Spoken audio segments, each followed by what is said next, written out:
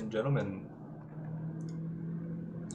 Today's newscast, there's not too much of an update to talk about here, but we do again have the Method newscast as always. I believe this is episode number 8. In first place, we're just gonna hop into it. In first place, we have the Avengers with the same lineup, of course. We have the maps here with a little bit of their strategy. So Gucci did die earlier with no rip clip. Unfortunately, it was off stream. We do still have crying as the carry using that Winter Orb during those T16s, primarily sustaining those high red tier maps, especially the Shaped Villa, Shaped Wharf, and the Elder Underground Seas. We have Ty 23 here on the curse support. He did die at I believe 97 the other day, but he did re-roll to Elementalist with Stormbrand using Winter Orb to get some XP, and then he did re-roll around that 85 region just to make sure that he was safe during the mapping session. And so he did end up joining Crying once again, and Crying is once again very safe. We do have Kamel farming up the Chaos Recipe, just an absolute unit, farming up all the rares that he possibly can. I was checking out a stream, really nothing too much to it. It's a pretty relaxed playstyle. Just farm up currency, allow your carry to put bloodlines in every single map, be able to craft some gear, that sort of thing. Super nice role to have overall. You can see the strategy here. So they are getting quite a bit of sleep now. They are being quite a bit healthier.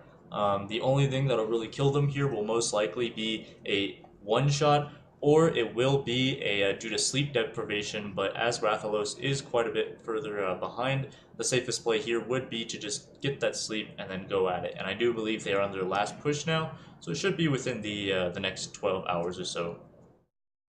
They are taking at a steady, safe and steady pace, and Gucci did do quite a bit of boss or delve bossing earlier, so we do have some clips of that. Very clean bossing, really high damage. Kamal does say that they did sleep for 7 hours, and so they'll be good to go to 100. Here we have Monkey Squad at rank 2. Again, it's really just Team Rathalos holding it down here. Again, just slow and steady. We're in the final break or the final span of the race here, and so there's not too much to really concern themselves here. Again, Rathalos just needs to play safe, confirm that rank 2 spot, and he'll be good to go. I'm not quite sure if he's in Shape Toxic Sewers or Elder Toxic Sewers, but every time I do a slash who is, he is in that Toxic Sewers, so my guess would be is that he is in that tier 13 there. And again, he's playing the Isle of Righteous Fire build on that 6 link. I wanted to bring up Bogdanov Pump It real quick, as it does seem like Haruka is pushing out at level 97. We don't have any idea what their strategy is or even their character, as it is private for some reason. But I thought it was worth mentioning just a tiny bit. Rain Dog, what are your thoughts on the teams here? So I guess the talk of the town today is Method giving up. They had a really rough day yesterday, and I think we actually missed one of the rip clips, so we have that for you, even though it's a little mean. But I guess we can show that as well. Nugian, and after that, they just gave up. Nugian ripped 2 times yesterday. Mhm. So the good side, we have Team Avengers started streaming all of them today, more or less. We had Gucci doing bosses, hanging around in his hideout, doing sextents, trash talking, and cracking jokes. I think he had more viewers than putting in the maps, and our crying had running the maps. Yeah, Yeah, definitely quite a lot of stream content there from Gucci, as Crying did seem a little tired, a little bit just like he wants to get out of this race as soon as possible. and Camel as well came on later, doing the chaos recipe by himself, talking a little bit about the race and a little bit about his thought on this race and his upcoming race. So that was nice. So and he said that he's still keep farming the chaos for Gucci's trade league. So yeah, I guess they because Ratlos has been taking like an 18-hour rest after the rip, so team method. So basically, they could just split their last push into 2 sessions, not taking any risks, and basically, unless something strange happens, they basically have won. A little Definitely. a little side note is that there's like Nugian, I think, was the only one who was daring to come online today of the method squad, and he took quite a lot of flack for what they've done. So basically, they say that they went faster than them, and if they wouldn't have died. And this is going a little back and forth, and like they spend a lot of currency and stuff like that. And we can see earlier when they were doing before Kamel came online, and Gucci was putting in the sextants and the chaos and rolling the maps. They were flexing a little bit. They were doing like it doesn't show up on the path of racing, but it's basically they were like up in the high 20s at some points. And if you correct that for the XP penalty, it's basically the same as the top of method doing, Mhm. because there's a quite big drop off in the XP gain from 99 to 98. It's like roughly 50%, I think.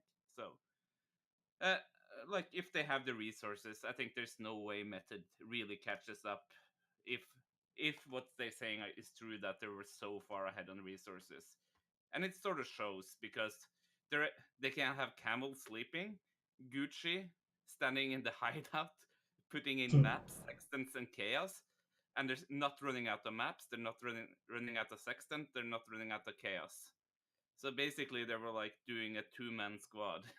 So Yeah, definitely Team Avengers here with the absolute fastest XP possible, basically. Well, maybe not possible, but definitely one of the highest that you can possibly get in one of these races. And the interesting thing about Team Method here is that even though they have a very very slim chance at rank one.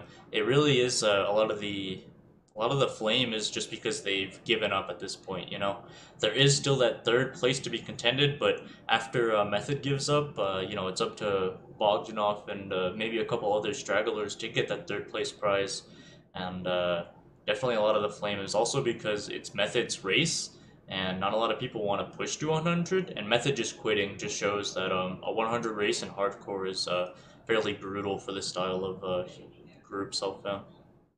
yeah, Camel was just sitting there. I took days off from work doing this, and I'm still farming Chaos Recipe as a good boy instead of like quitting, even though I really don't need to. Yep. Any thoughts on Team Monkey Squad here? It's always hard to tell, right? Because we really don't know what's going on. But basically, he did an 18-hour rest. So Rat decided not to push Avengers at all, basically. And if he's not pushing them, they're not pushing, not taking any risk. So basically, he's gonna get second unless something weird happens. So I definitely agree with that. He's been fairly safe throughout the whole thing, but I mean, there's not much else we can tell besides the fact that he hasn't died yet. Kamel, do we have the Gucci rip? I don't think we do, but uh, any thoughts on Bogdanov here, or again, is it just? I mean, this one's even more secret than Rathalos, to be honest. But it's not too much Yeah, to. and there's been a lot of Kobe memes as well today. Yeah, I have heard a lot of Kobe reaching that top 10 spot on the ladder, and so that guy is pushing. It'll be interesting to see if Haruka does end up dying. Then we might see Kobe just cruise into that third space, you know, within the next few days or maybe even a week or so. But uh, any other thoughts on the teams here? Now I think we should head over to the rip that we missed yesterday. All right, yeah, let's go ahead and do this That's this Noogie the clip right straw here. that broke the camel's back. Yeah, quite literally.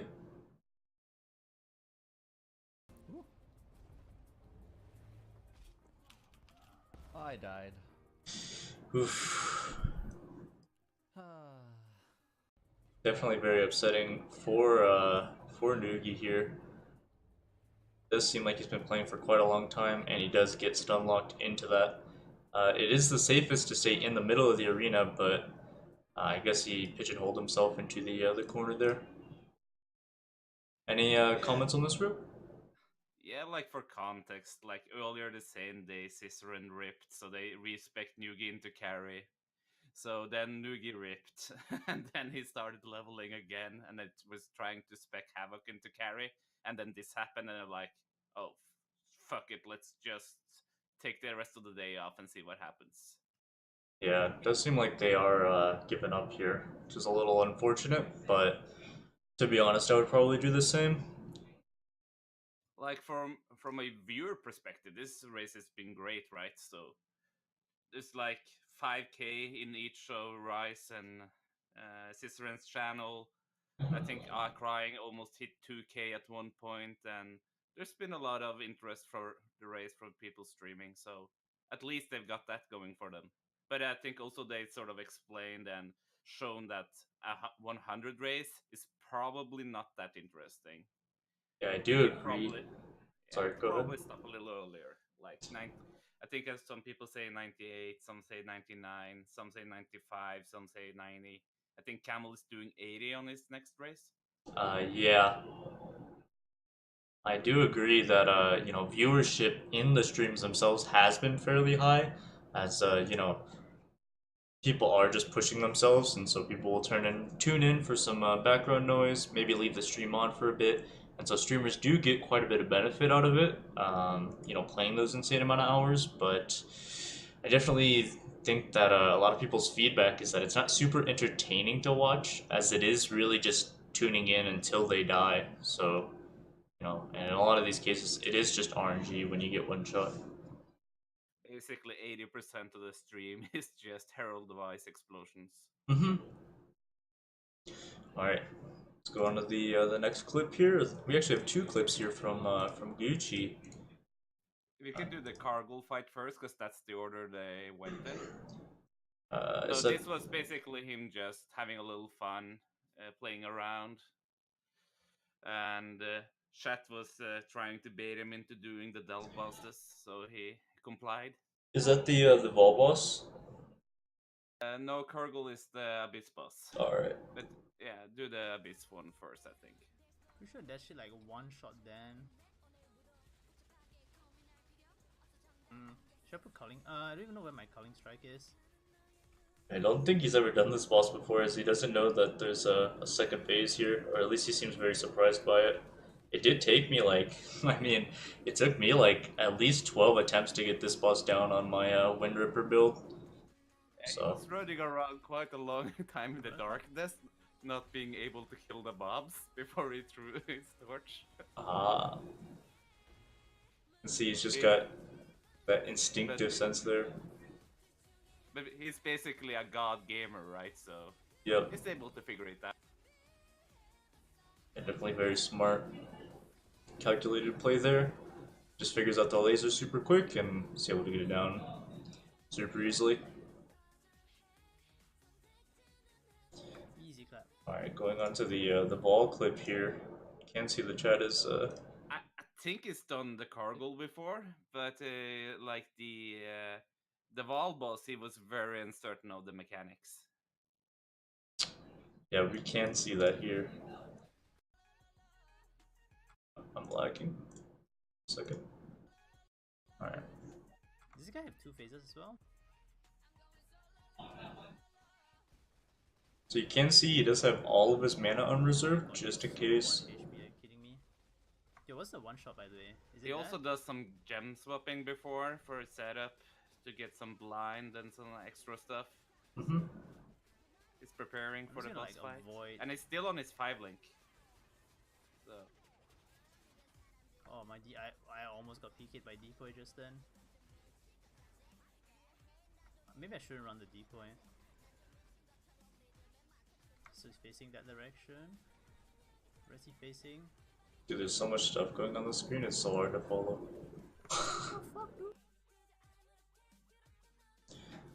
Yo, I think he was like saying, guy's which one of these Wonka. one shots me? I'm not doing that shit, dude. Definitely super scary there on that boss, but still well played and quite a lot of damage there. Would be interesting to know what got him in the end. Yeah, I mean, we don't have any statement on what he actually died to, but at this point it shouldn't really matter too much.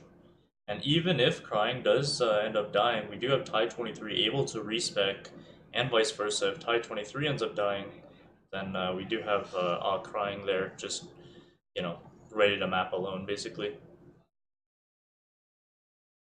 Hey, do we have anything else for today? I mean, we can go over gear, of course, but... Yeah, we can just run over the gear quickly, I guess. Not much updates from yesterday, but Alright. have a You can see here that Alcrying and I believe Rathalos are making their last push, but as the XP rates are fairly comparable, it is going to be quite a bit of a difference between rank 1 and rank 2. So looking over Alcrying here, we do have again the high life and ink AoE thing for the lightning spire trap, but I don't think it's actually that good, as increased area effect actually makes it so that it misses some of its shots on the single target. Same with concentrated effect. It does some weird thing. Actually, no. I think increased area effect does the opposite effect. So ink AoE is actually good. Sorry about that. And it does give the nice area effect. He does have the cast when damage taken, Immortal Call, and he put Frost Bomb on there. That one's new.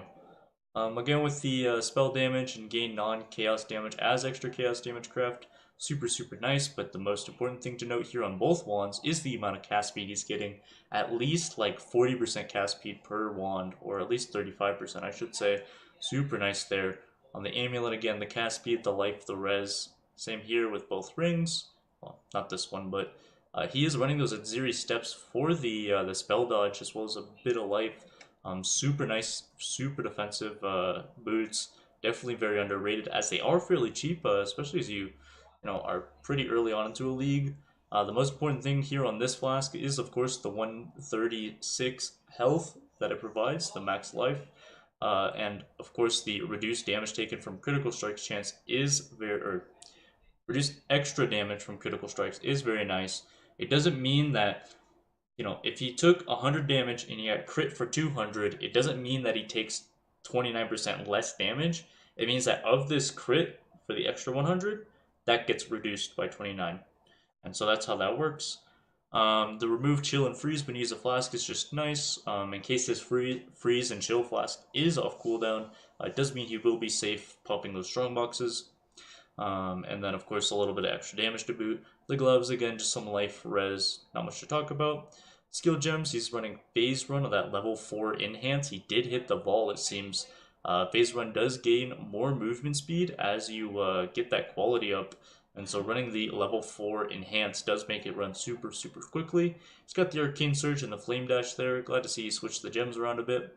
He's running that Herald of Thunder, Wall Righteous Fire Arctic Armor. I don't think he's actually using Arctic Armor. He is running the Winter Orb, level 2120, as the rest of his group has been leveling up Winter Orbs with faster casting, infused channeling, increased duration, hypothermia, and GMP. In the boots, hypothermia, ice bite, innervate, all linked to level 21 Herald device. Very nice setup there. He's just got a quartz flask for the phasing in case he needs it, bleed removal, the alchemist quicksilver flask of adrenaline, the jade flask of grounding, the chemist basalt flask of warding, and it's important to get chemist on this flask as getting the reduced charges used means that you can use it twice without having to refill any flask charges. And then he's got an instant seething divine life flask, and I guess it's burn removal, but it's not too important what it is there. Looking at the passive tree here, you can see it is the stock standard Winter Orb that we have been going over for quite a while, with the addition of the Phase Acrobatics over here. And for the past few levels, I believe he's just been putting in the life nodes here in the Scion Wheel. Raindog, any thoughts on the character and its progression? He has like 6,650 life in total. He has a little over 50% dodge when his flasks are up and 400 ES. I think that his support is running more ES aura, so he's getting a little extra from that, I would assume.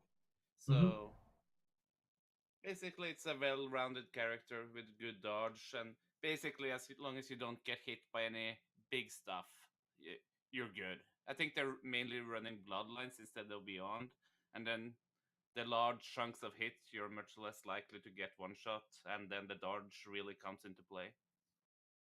Yeah, definitely. Any last thoughts here before we move on to Rathalos? We run this down a few times earlier, so Alright. I think we can jump over to Rattle. Sounds good to me. We can just do one more quick look at his character, see if there's anything new. Doesn't seem to be right off the bat. Does seem to be that he is running that damage penetration scepter here with the trigger socketed spells when you use a skill. Super nice there for the Blade Vortex, increased critical strikes and added lightning damage. This is to proc both Elemental Equilibrium, which makes it so that they take more fire damage, as well as permanent uptime on that Elemental Overload. Over here, lots of elemental passive points this today. The Broken Crown again, just really high ES, lots of chaos damage. As Righteous Fire, you cannot go Chaos Inoculation, so even though Rathalos is Energy Shield based, he can't go CI, as if you only have one life, you can't turn Righteous Fire on, and so it is important to get like around that plus 75% light or Chaos res. Just makes you super tanky, and basically means you'll take next to no damage from Chaos damage. He is running a Blasphemy, or actually, let's just run down the rest of the gear. Really, really high ES, or really, really good shield here. 300 ES, the 100% increased critical strike chance for spells. That does help out with the elemental overload uptime, as well as a bit of fire res to boot. The T1 fire res roll is just the cherry on top. Looking at the boots here, we have Sintrek. There's no real need to replace Sintrek in a race like this. Sintrek are like one of the best in slots boots by far compared to all the other uniques. Definitely I don't want to say underrated unique, but for an energy shield based build, this is an amazing pair. These are amazing pair of boots, and definitely worth the pickup there, unless you can get more energy shield, but to craft something better than this would be very difficult. On the belt, as we went over last time, he did vol some chain belts just to get that increased area of effect there. It does make that Righteous Fire kill a little bit more monsters, and also I believe makes the Profane Blooms a little bit more convenient. You can see on the gloves here, it's got the energy shield rolls, a little bit of fire res, and the jewelry across the board is just energy shield, resist, and a tiny bit of life. You can see he does have the cursed enemies with level 5 despair on hit, but it's not that important as he is running that blasphemy setup, which we will go over shortly. The important thing to note on the amulet here is the increased maximum energy shield. Definitely a super important role for any energy shield based build, and you wouldn't want to go without this one. On the shield, on the chest piece here, sorry, we do have 400 ES with the recover 5% of maximum energy shield on kill. It still does bother me that it's not divined up to 6%, but that's alright. Looking at the skill gems here, we do have that Blasphemy, Despair, and Flammability running that double curse support there. And then you can see in the shield we have cast when damage taken, Flame Dash, and Immortal Call. And it's really just cast when damage taken, Immortal Call. And I guess the cast when damage taken. Oh wait, no, the flame dash doesn't go off when you use cast when damage taken.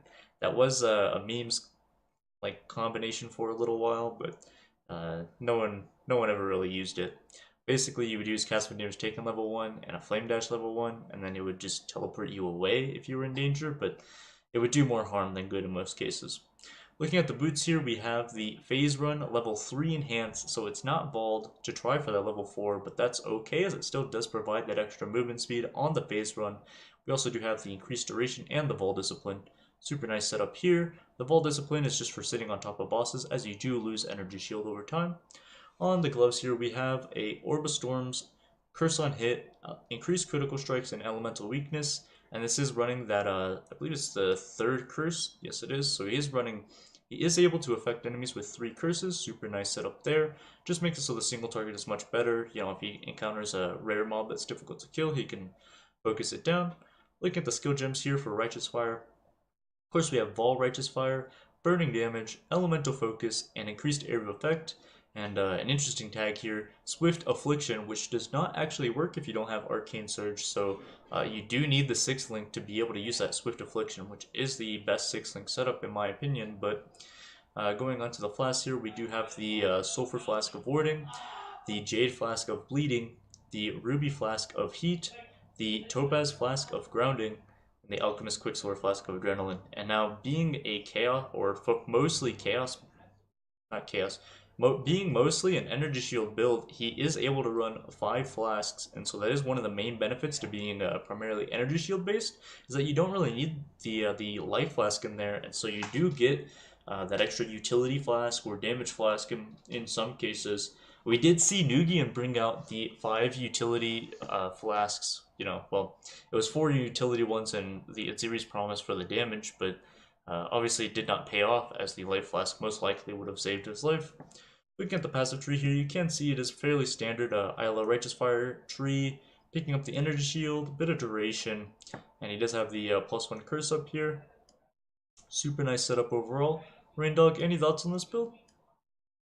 So he's sitting at 2.3k life and about 8k ES. with a chaos stress of 70, so quite solid. He has Mhm. chosen to go for only offensive curses, so no enfeeble or temp chains, so that's a little surprising to me, but I was thinking about something about the Arcane Surge setup. They recently reworked Arcane Surge, Yep. so it now gives damage. He has chosen to keep it at level 1, but he can't trigger it with anything, right? He can trigger it with Val Righteous Fire, probably. I don't think it has a mana cost there. It does have the life cost as it Yeah. does cost. So I was thinking, what if you're getting Arcane Surge from a different source? Would you then get the 20% the more damage from a high level Arcane Surge? I'm not sure. I think they added in a line that says like it benefits it if it's used by that skill directly, and so if you use like, some other skill with Arcane Surge somewhere else, I think it would just buff up that other skill for half of it at least. I think it's supported skill still 10% more spell damage while you have Mm-hmm. Arcane Surge. It doesn't say that it has to be from that source, right? That does seem So correct. Sorry, go ahead. so so we could put that gem to level 20 and get the additional benefit of spell damage if he managed to get Arcane Surge from any other source like his Flame Dash. That is a potential thought, but I don't think it's going to be super critical in these, lower tier. Well, I shouldn't say lower tier, but it seems like he's running a fairly safe setup where he doesn't need too much damage there, and so No, probably not. But like the 10%, like if you can get 10% damage for free, why wouldn't you, right? So definitely. it's just a thought, but I'm not sure if it works that way. Yeah, I'm not entirely certain either. The only thing else I want to go over for this tree is he is running overcharged, and so spell damage does not work on Righteous Fire. Thank you, Mercula. And so that does answer that question a little bit, but he is running overcharged, and this is a fairly underrated node in my opinion. Getting the frenzy charges is nice for that extra damage and cast speed on things, on certain abilities. He does get endurance charge for the extra durability, but also the power charges increases your crit strike chance for the elemental overload, so that he is proccing that more often. Super nice overall. Any thoughts before we head out here? Not really. We have run over this like quite a few times. Not much changes, no new skill points, nothing. So Yeah, more or definitely. less the same. And I would imagine that there's not that much to do until we can probably do a breakdown wrap up in like 24 hours when all is said and done. Yep, I agree with that. 24 hours from now, pretty much everything will be said and done, and then we can go over not only the end of the race, but also the timeline of how it will progress through. All right, that's gonna be it for this newscast number 8. Bye, everyone. Bye. All right, so I'm actually just gonna go to the bathroom.